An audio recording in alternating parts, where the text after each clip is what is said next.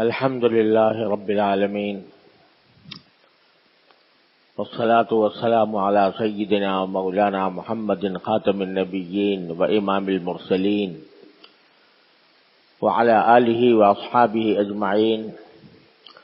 وعلى كل من تبعهم بإحسان إلى يوم الدين. أما بعد،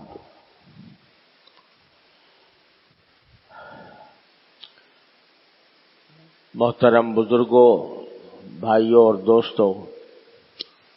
السلام علیکم ورحمۃ اللہ وبرکاتہ۔ اللہ تبارک و تعالیٰ کے فضل و کرم سے ہمیں اپنی زندگی میں ایک اور رمضان نصیب ہو رہا ہے۔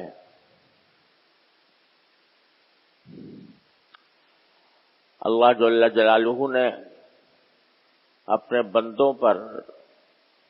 کرم فرمانے کے مختلف عنوانات رکھے ہیں، اور یہ رمضان المبارک بھی اللہ جل جلالہ کے کرم کا ایک عظیم عنوان ہے،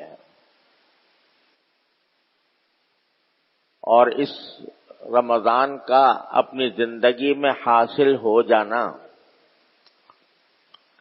یہ بھی اللہ تبارک و تعالیٰ کی ایک ایسی نوازش ہے کہ اس پر اس کا جتنا شکر ادا کیا جائے کم ہے۔ آپ ذرا سوچیں کہ پچھلے سال رمضان میں یا اس سے پہلے سال رمضان میں کتنے ہمارے اعزاء اقربا، دوست احباب، ملنے جلنے والے رمضان المبارک کی ان عبادتوں میں ہمارے ساتھ شریک تھے، نمازوں میں، روزوں میں اور دوسرے عبادات میں ہمارے ساتھ شریک تھے، لیکن آج وہ دنیا میں موجود نہیں رہے اور رمضان المبارک کی ساعتوں سے فیضیاب ہونے کا موقع ان کے لیے ختم ہو گیا۔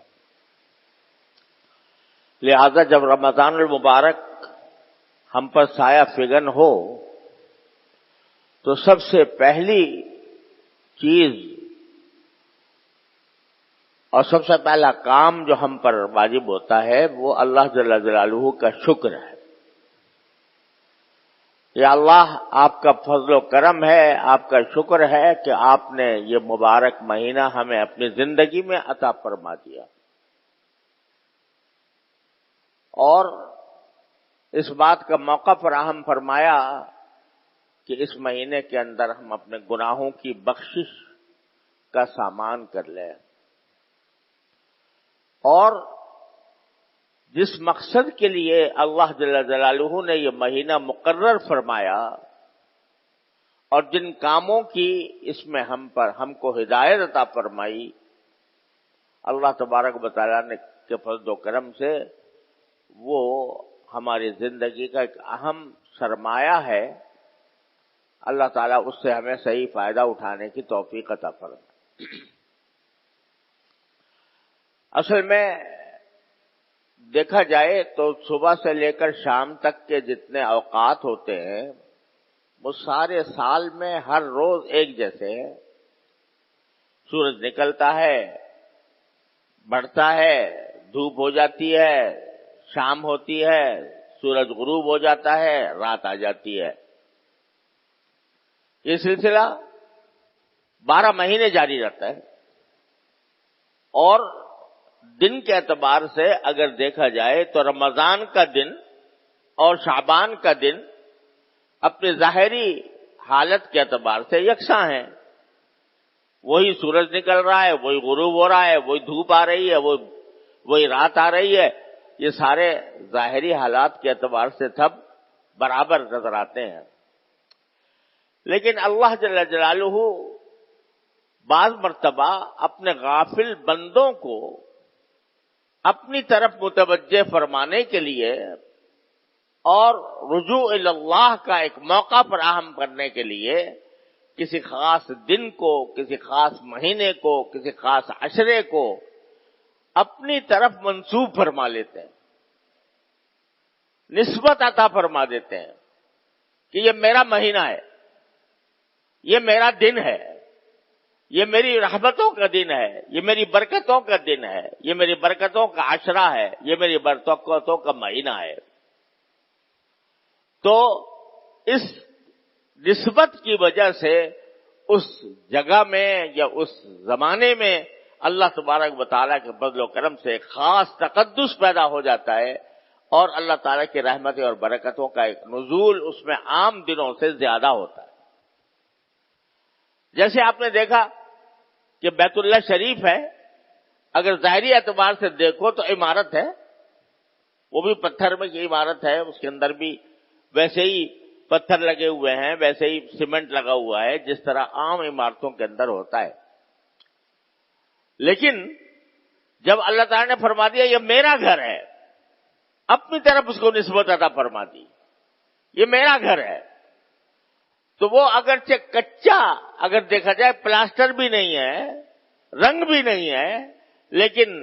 اپنی طرف نسبت فرما دینے کی وجہ سے اس کا حال ایسا ہو گیا کہ ساری دنیا کے مسلمان پروانوں کی طرح اس کی طرف جاتے ہیں، اس کا تصور کر کے ایک کیف محسوس کرتے ہیں، اس کے تصور سے دل میں ایک تقدس کی فواریں پڑنے لگتی ہیں۔ اسی طرح یہ رمضان ہے، مہینہ تو عام جیسا ہے، صبح شام ویسے ہی جیسے گزر رہے ہوں گے، لیکن اللہ جل جلالہ نے یہ فرما دیا کہ یہ میرا مہینہ ہے، اپنی طرف نسبت فرما دی، تو اس کے تقدس میں، اس کی برکتوں میں، اس کے لطف میں، اس کے کیف میں کہیں سے کہیں اضافہ ہو گیا۔ کیوں فرماتے ہیں یہ نسبت کہ یہ میرا مہینہ ہے؟ یہ اس لیے فرماتے ہیں کہ ہم لوگ اپنی 11 مہینوں کی زندگی میں اپنے دنیا کے کام دھندوں میں، صبح شام کی مصروفیتوں میں اتنے محو رہتے ہیں کہ براہ راست اللہ تبارک و تعالیٰ کے ساتھ تعلق کرنے کے جو کام ہیں وہ پیچھے رہ جاتے ہیں۔ تجارت ہو رہی ہے، اس میں لگے ہوئے ہیں، ملازمت ہو رہی ہے، اس میں لگے ہوئے ہیں، اور دنیا کے دوسرے کام دھندوں میں، روزی کمانے میں، بیوی بچوں کے ساتھ اٹھنے بیٹھنے میں، اگرچہ یہ سارے کام جائز بھی ہیں اور اگر حسن نیت کے ساتھ کیے جائیں تو عبادت بھی ہے، اور اللہ تبارک و تعالیٰ اپنے فضل و کرم سے ان پر بھی ثواب عطا فرماتے ہیں، لیکن ایک ہوتا ہے براہ راست اللہ جل جلالہ کے ساتھ تعلق قائم کرنا، اللہ تعالیٰ سے لو لگانا، اللہ تبارک و تعالیٰ کی طرف رجوع کر کے اپنا ایک بندگی کا رشتہ اللہ تبارک و تعالیٰ کے ساتھ قائم کرنا کہ اللہ میں بندہ ہوں، آپ میرے پروردگار ہیں، اے اللہ میں بندہ ہوں، آپ اب میرے پروردگار ہیں، میں آپ کی عبادت کرتا ہوں، آپ کی بندگی کرتا ہوں، اپنا سر نیاز آپ کی درگاہ پر، آپ کی بارگاہ میں جھکاتا ہوں، اور اپنی پیشانی آپ کے بارگاہ میں ٹیکتا ہوں، اپنی عاجزی کا اظہار کرتے ہوئے، اپنے تذلل کا اظہار کرتے ہوئے باری تعالیٰ کی بارگاہ میں حاضری، یہ ایک ایسی چیز ہے کہ جو انسان کو اپنے پروردگار کے ساتھ مضبوط رشتہ قائم کرنے کا فائدہ عطا کرتی ہے۔ ساری دینی دوڑ دھوپ میں کہہ رہا ہوں، دینی دوڑ دھوپ یعنی جتنی بھی عبادتیں ہیں، علم حاصل کرنا ہے، بعض کی مجلس میں جانا ہے، معلومات دین کی فراہم کرنا ہے، اور دین کے احکام سمجھنا ہے، یہ ساری دینی دوڑ دھوپ، اس کا جو اصل مقصد ہے وہ کیا ہے کہ بندے کا اپنے اللہ کے ساتھ رشتہ قوی ہو جائے،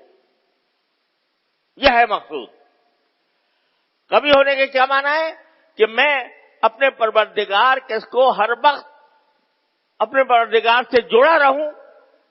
جب مجھے کوئی حاجت درپیش ہو میں اپنے پروردگار سے مانگوں یا اللہ میری یہ حاجت درپیش ہے, اپنے فضل و کرم سے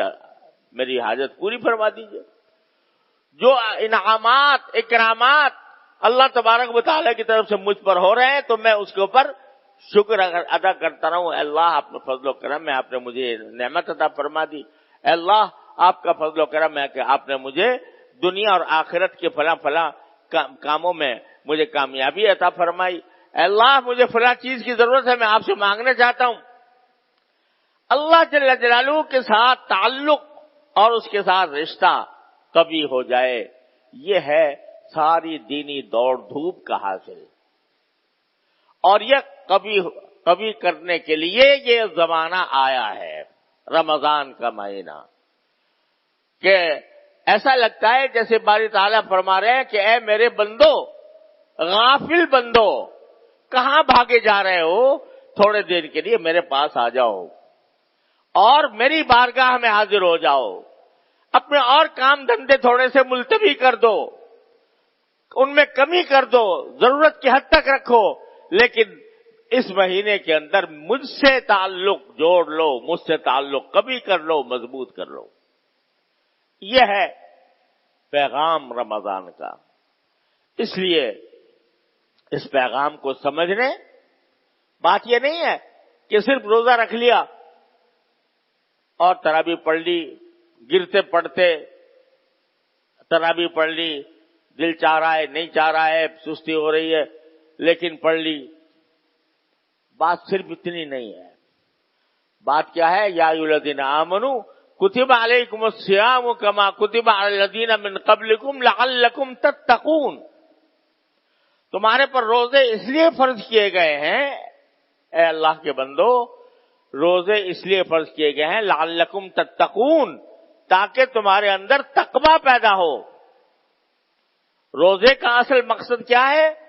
کہ بندے کے اندر تقوی پیدا کرنا. تقوی کیسے پیدا ہوتا ہے؟ کہ آدمی روزے میں اگر یہ سوچے, یہ سب سوچنے کی باتیں ہیں, اپنے دلوں میں بٹھانے کی باتیں ہیں کہ جب رمضان میں روزہ رکھے ہوئے ہے, الحمدللہ اللہ تعالیٰ کا فضل و کرم ہے, بڑی نعمت ہے کہ روزے کی اللہ نے توفیق عطا فرمائی, تو مگر یہ سوچے کہ میں کیوں نہیں کھا رہا, کیوں پانی نہیں پی رہا, بھوک لگی ہوئی ہے مگر نہیں کھاؤں گا, پیاس لگی ہوئی ہے اور گھر میں ٹھنڈا پانی موجود ہے, کوئی دیکھنے والا بھی نہیں ہے, لیکن اس پیاس کو میں ٹھنڈے پانی سے نہیں بجھاؤں گا. کیوں نہیں بجھاؤں گا؟ اس لیے نہیں بجھاؤں گا کہ میرے رب نے, میرے پروردگار نے مجھے منع کیا ہے. ثم اتم الصیام الی اللیل, یہ فرمایا کہ رات آنے تک یعنی شام مغرب تک تم کھانے پینے سے باز رہو, نہیں کھاؤ نہیں پیو. اب دیکھو جتنے روزے دار بیٹھے ہیں اللہ تعالیٰ کے فضل و کرم سے, روزے دار بیٹھے ہیں, کیوں نہیں کھا رہے, کیوں نہیں پی رہے؟ اس لیے کہ ان کے پروردگار نے منع کر دیا ہے, مت کھانا مت پینا. تو بھوک لگی ہوئی ہو, پیاس کی شدت سے حلق میں کانٹے پڑ رہے ہوں, لیکن مجھے اگر صحیح معنی میں مسلمان آدمی ہے اس کو کہے 1,00,000 روپے لے لے اور روزہ توڑ دے, توڑے گا؟ کیسے ہی گیا مسلمان ہو, لیکن اس کو کوئی پیشکش کرے کہ 1,00,000 روپے لے کے روزہ توڑ دے, نہیں توڑے گا. کیوں نہیں توڑے گا؟ اس لیے کہ کہتا میں اللہ کا بندہ ہوں, اللہ نے مجھے اپنے فضل و کرم سے یہ نعمت عطا فرمائی ہے کہ مجھے بھوکا پیاسا رکھ رہے ہیں. اس لیے رکھ رہے ہیں تاکہ وہاں جا کر جو مجھے پلائیں گے, وہاں جا کر جو کھلائیں گے, اس آخرت کے اندر پہنچنے کے بعد وہ اس کے آگے یہ دنیا کا کھانا, دنیا کا پانی ہیچ در ہیچ ہے. اس واسطے میں نہیں توڑوں گا. یہ کیا ہے جو تمہیں توڑنے سے باز رکھ رہا ہے؟ یہ تقویٰ ہے, یہ تقویٰ ہے. کہ میرے اللہ تبارک و تعالیٰ نے مجھے روک دیا، میں نہیں رکوں گا، میں روزہ توڑنے والا نہیں ہوں. یہ تقوی اللہ تبارک و تعالیٰ کی تقوی کی مشق کرا رہے ہیں، اور تقوی کی مشق کرا کے یہ دل میں بٹھانا چاہتے ہیں کہ تم اللہ کے بندے ہو، اور بندے کا کام یہ ہے کہ جو آقا جو حکم دے دے وہ یہ دیکھے بغیر کہ اس میں مصلحت کیا ہے، اس میں حکمت کیا ہے، اس میں فائدہ کیا ہے، بندے کا کام یہ ہے کہ اس کو بجا لائے. خواہ تکلیف ہو رہی ہو، خواہ پریشانی ہو رہی ہو، لیکن میرے پروردگار نے مجھے یہ فرمایا میں یہ کام کر کے رہوں گا، اور جس چیز سے اس نے روکا ہے اس سے رک کے رہوں گا.